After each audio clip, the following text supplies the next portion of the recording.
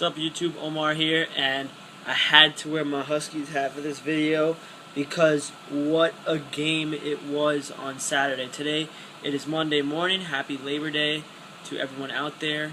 I don't have like a job right now, but to everyone that does have a job, you deserve this day off for your hard work. And happy Monday.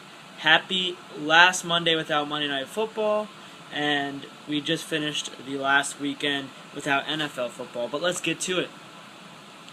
The Huskies opened up their new $280 million renovated stadium on Saturday.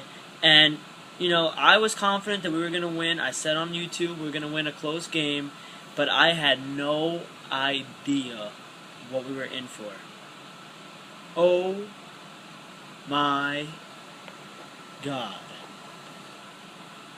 The Huskies dominated almost every facet of that game.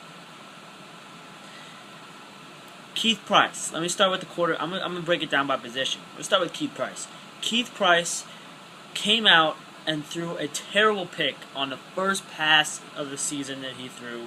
Second play for our offense. And the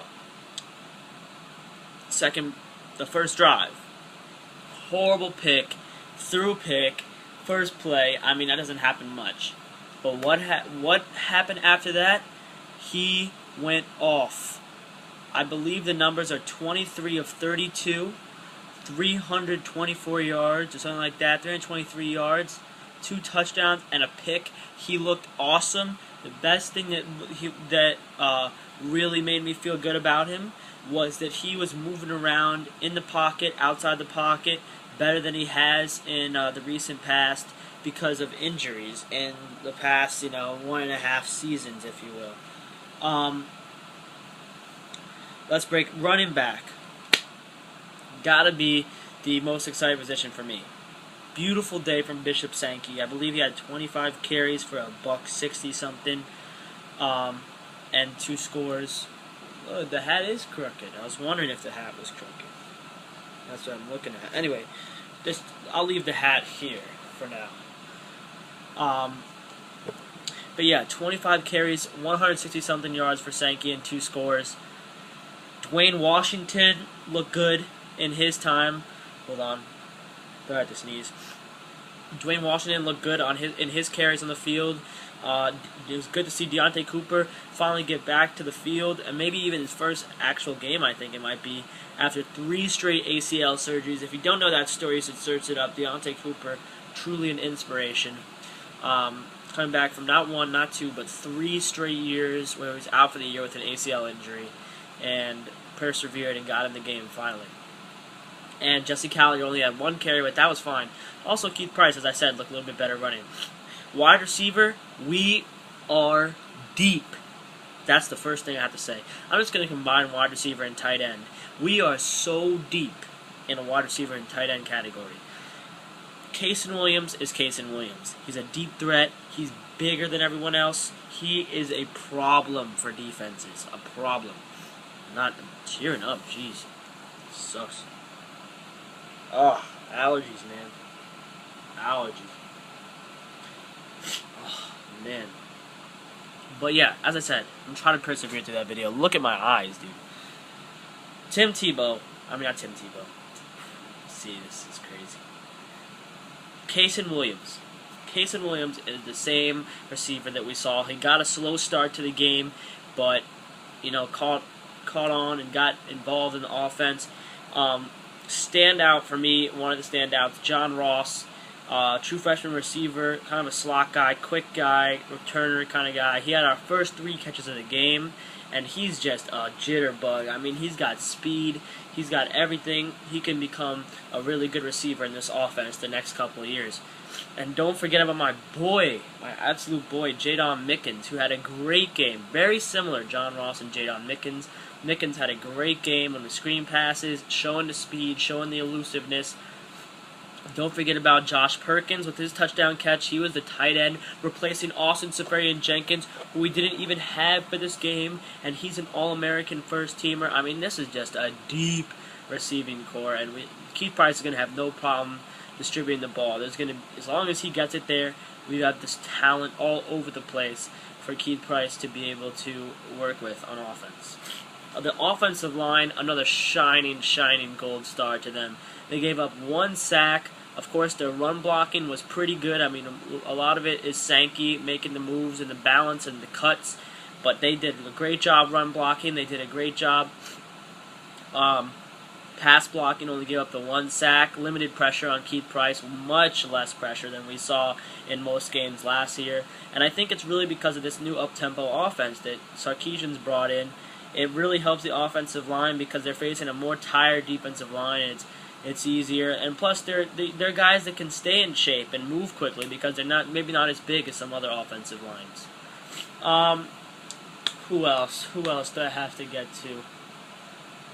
On defense, the defensive line, the only part I wasn't satisfied with. The only part.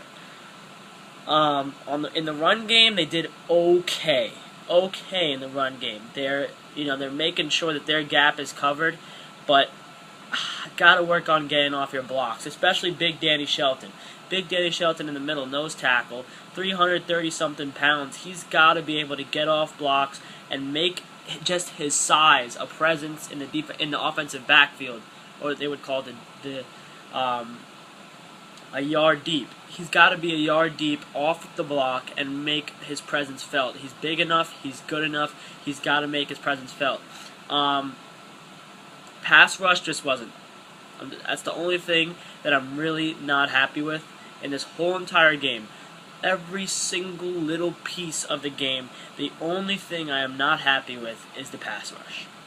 The pass rush was not up to par. Not. No sacks. Shirley, Hudson in there, D-tackle, but it's mostly Shirley, Kakaha. You've got to get there. Get there to the quarterback. Pin your ears back.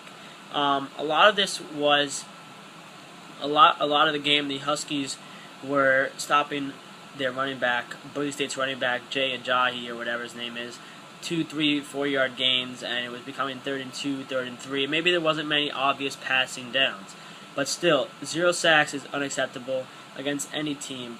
Kakaha, it is Jamora. Kakaha and Shelton and Hudson and Shirley and Andrew Hudson, they've got to step the game up and get to the quarterback and also be more of a force in the run game. With that being said, in the run game, the linebackers were great. I thought that the linebackers really filled holes, made tackles, did a great job against the run game. The pass game, they were okay. Out of Shaq Thompson, John Timu, Travis Feeney, and Princeton Fuimaono, which is like the 4 of them playing. Fuimaono and Feeney rotate a lot, I noticed. They both get on the field. I like the tackling. The tackling was spectacular from all 3 of them. They made solid tackles, they didn't miss tackles, and they drove the guy back when they made tackles. But in coverage, you're not trying to let the guy make the catch and tackle him at that spot. You're trying to prevent him from making the catch. That's the point of coverage. Don't want to see us getting back to the old Nick Holt defense concept where you let the guy catch the ball with a big cushion and then make sure you bring him down. No. We make sure he doesn't make the catch. That's how we have to play coverage. And, hopefully when we play teams like Stanford and teams like, big teams that have power tight ends and running backs out of the backfield that can pass, be a force in the passing game, we've got to make sure that we're able to cover them and not just tackle them once they've made the catch. Defensive backs, it's good. It was good. They're filling a huge void, of course, with Desmond Trufant gone. Once again, a little bit too much of the big cushion, tackle the guy after he makes the catch sometimes, at some points. But that was the hurry-up offense, which we have to adjust to, of course. We have 2 weeks before our next game. And also, just breaking in the new corners. I mean, what's his name?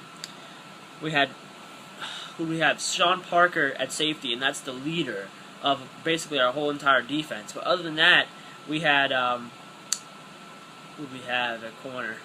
Greg Ducre, and can't think of his name. Number 21. I can see him in my head, but I can't think of his name. Not Trey Watson. But Greg Ducre played a pretty good game. Of course, he's taking a way bigger load this year, starting at corner. He played pretty well. I can't think of the other corner's name.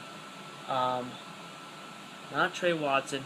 What do you call it? Will Schamberger. He's another guy that stuck out to me. Had a pretty good game, playing starting at safety now. And it's going to come together for their secondary. They're missing Desmond Trufant, which of course is a huge, huge hole. There's no denying that that's a gigantic hole in the defense. But that's okay because we're replacing him with talent.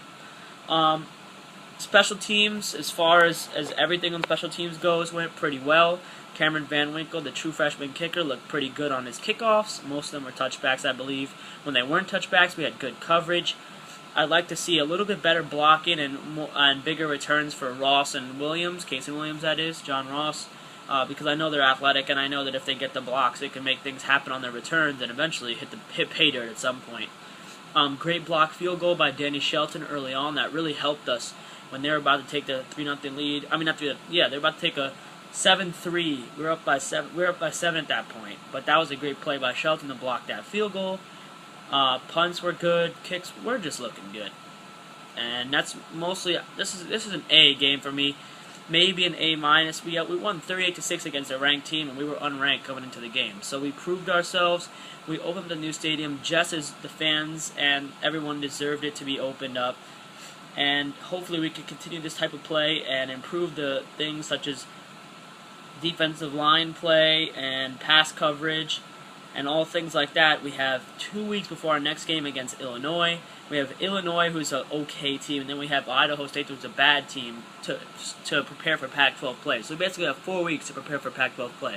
So let's take this month and make it a good month. And it's a long video, but I hope you guys enjoyed it. Huskies are 1-0, and that's the main thing that matters. See you guys. Actually, I'll see you guys later for a college football wrap-up video. But for the Huskies, I'll see you guys in a long time, maybe 2 weeks from now. Not this Friday, but next Friday. Alright, peace.